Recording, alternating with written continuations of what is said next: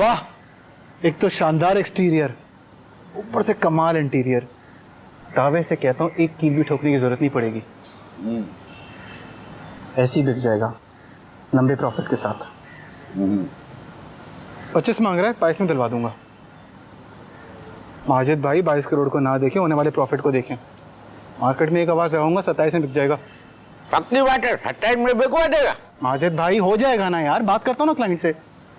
फिर केस में हो जाएगा। चल फिर डन कर फिर। हैं? डन। अस्सलाम वालेकुम माजिद भाई, कैसे हैं आप? ठीक ठाक है? आइए ना बाटली वाला साहब। भाई मुस्तफा भाई से पता चला कि आप ये घर ले रहे हैं। इनसे मिलिए, ये हैं सेठ बाटली वाला। सलमान साहब कैसे हैं आप? क्या करी हो ये? एहसानात के बदले उतार रही हूँ। आपको तो पता है उधार तो रखती नहीं मैं किसी का। जी बाटली वाला साहब बताइए जरा माजिद भाई को। माजिद भाई सेठ बाटली वाला ने 17 करोड़ की ऑफर लगाई है। क्यों बाटली वाला साहब? ये 2-3 करोड़ तो फाइल निकलवाने में लग जाएंगे ना। मेरे को ये तो नहीं बताया सलमान ने। अरे कोई केस वेस नहीं है, फाइल एक हफ्ते में आपकी टेबल पे। मेरे को तेरे से ये उम्मीद नहीं थी सलमान। माजिद भाई बात सुनो। मैंने ले रहा। अरे माजिद भाई ये मेरे को 17 करोड़ में दिला रही है। आओ खरीद लो जाके, जाओ।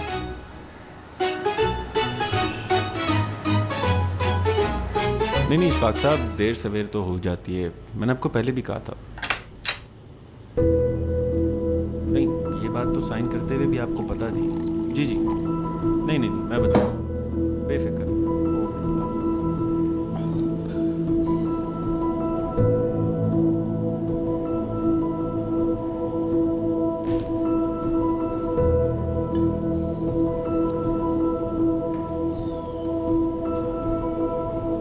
क्या हुआ, खैरियत?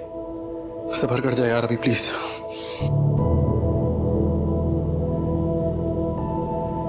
वहां भी पहुंच गई क्या? उसे बताता कौन है कि मैं कहाँ जा रहा हूँ, किससे बात कर रहा हूँ, क्या खरीद रहा हूँ, क्या बेच रहा हूँ? इसलिए बेहतर होगा दे दो 1% और जान छुड़ाओ। जान छुड़ाऊं? कत्ल ना कर दूं मैं? छुड़ाऊं? यार सलमान लड़की है वो, उससे फड्डा करेगा और वो फिर भी जीत जाएगी।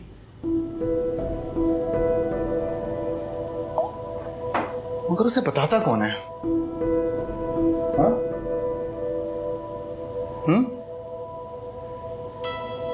तू मुझ पे शक कर रहा है?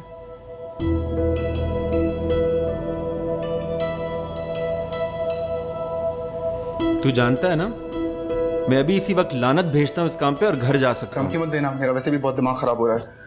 आखिरी बार बता रहा हूं, मुझ पर शक मत कर। अच्छा माफ कर दे भाई प्लीज यार। कौन है जो उसे बताता है? हाँ?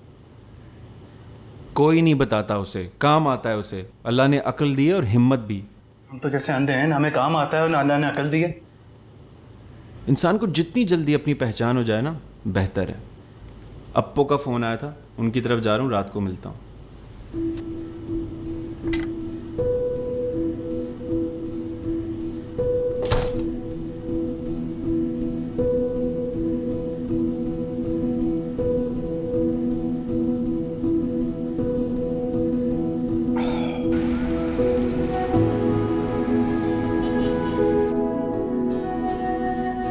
कभी कभी ऐसा लगता है कि इंसान के हाथ से सब कुछ निकल गया हो और फिर अचानक ऐसा मौका मिल जाता है कि आप सारे हिसाब चुका देते हैं। एंड ट्रस्ट मी, इससे ज़्यादा कोई परफेक्ट मोमेंट हो ही नहीं सकता। What a day।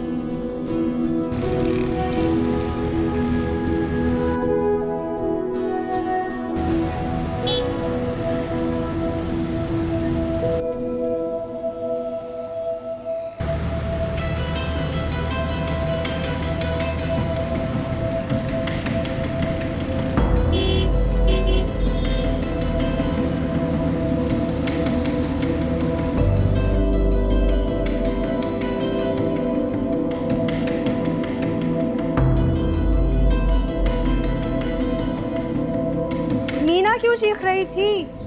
किसकी रजिस्ट्री आ गई सुबह सुबह? तो फैल चचा के बेटे ने भी क्लेम कर दिया है। हाय वो क्या शकील, उसने? वो गरीब तो एक हाथ की मार है। इधर बुलाओ, मैं ही सीधा कर दूंगी उसे। शक्ल से जो सबसे ज्यादा बोंगे लगते हैं ना, वही सबसे ज्यादा टेढ़े होते हैं। तुम उसे इधर बुलाओ तो सही। सारा क्लेम ब्लेम भूल कर ना अपनी जान छुड़ाने के चक्कर में लग जाएगा, देखना। वैसे आगा जी तो बहुत परेशान हो गए होंगे। हाँ, इसीलिए तो आज कोर्ट भी नहीं गए, अंदर हैं। तो पहले बताना था ना, मैं इतना चीख चीख कर बोल रही थी। अभी उनसे जाकर बात करती हूँ। तुम बस मेरा एक काम कर दो, वो एक साइट है जिस पे तस्वीरें डालें तो घर का सामान बिक जाता है जी। तो मेरे फर्नीचर की तस्वीरें लेकर उस पर डाल दो ताकि वो बिक जाए। तस्वीरें तो तानिया बहुत अच्छी बनाती है। मैं कीमतों की लिस्ट बना दूंगी आपके लिए। हाँ ठीक है, वो फर्नीचर जो मुझे बहुत अजीज़ है मैं तुम लोगों को दे जाऊंगी। शुक्रिया। बाजी, आपका मोबाइल कैमरे वाला है ना?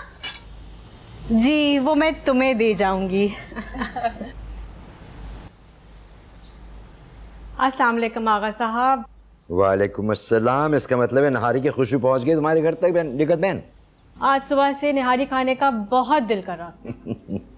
अब ये बताओ कि ऑस्ट्रेलिया में कौन खिलाएगा तुम्हें ये नहारियाँ? हमायूं ने तो कहा था वहाँ सब कुछ मिलता है। आपकी तबीयत कैसी है? आज वकील के दर्शन करने नहीं गए?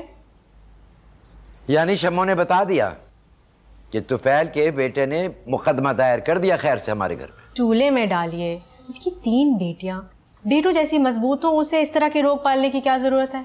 माशाल्लाह से आपने उनको अच्छी तालीम दी है, दुनियादारी सिखाई है, दीन की तालीम दी है। इससे बढ़कर और क्या चाहिए? आप ये सरदर्द ना पालें। ये सब कहने की बातें हैं निकत बहन। आजकल कोई तालीम और तरबियत नहीं देखता लड़कियों की, सब पैसा देखते हैं। कल को अगर मुझे कुछ हो जाए तो छत तक नहीं रहेगी इनके सर पे। कौन कीजिएगा ये छत इनसे? ये ख्याल अपने दिमाग से बिल्कुल निकाल लीजिए। अकेली आलिया ही काफ़ी है खैर से। कौन सा ऐसा काम है जो वो नहीं करती? और सच पूछिए तो ने अपनी जान इन मुसीबतों में क्यों डाल ली है? ये घर मुझे मेरे वालिद से विरसे में मिला है और इस जायदाद पे किसी का कोई हक नहीं है, मगर ये सारे दावेदार सिर्फ इसलिए आ रहे हैं कि मैं। क्या आपका कोई बेटा नहीं है? मालूम है मुझे, लेकिन सच बताइए, क्या जायदाद और पैसे के पीछे अपनी जिंदगी अजाब बना ली जाए? हम ये अजाब अपनी औलाद की खुशी के लिए उठाते हैं कि आइंदा उनकी जिंदगी सहूलत से गुजरे। अब आप खुद उनकी हैसियत से जो मेरा फर्ज है मैं अदा कर रहा हूं, आगे अल्लाह की मर्जी। क्या आपको अपनी औलाद पर बिल्कुल भरोसा नहीं है कि वो अपने बलबूते पर अपनी खुशी और सहूलत के लिए कुछ कर सकें? तो फिर क्या फ़ायदा इन डिग्रियों का और सब चीज़ों का? आप उन पर भरोसा तो करिए, और अल्लाह की कसम वो आपको हैरान कर देंगी। नहीं, आप समझी नहीं। बाप होने की हैसियत से जो फराइज में अदा कर रहा हूँ, इसका मतलब हरगिज ये नहीं है कि मुझे अपनी औलाद पे भरोसा नहीं है या उन पे फख्र नहीं है। बहुत फख्र है मुझे अपनी औलाद पे। खैर आप ये बताइए, जा कब रही हैं आप? इंशाल्लाह अगले हफ्ते। मेरा दिल तो था कि सामिया की शादी को अटेंड करके जाती, मगर बहू और बेटी बहुत उतावले हो रहे हैं। हाँ, उतावले तो हो रहे होंगे क्योंकि बच्चों का ख्याल रखने की जरूरत तो होती है। कुछ कही सी है जो बात दिल की दिल में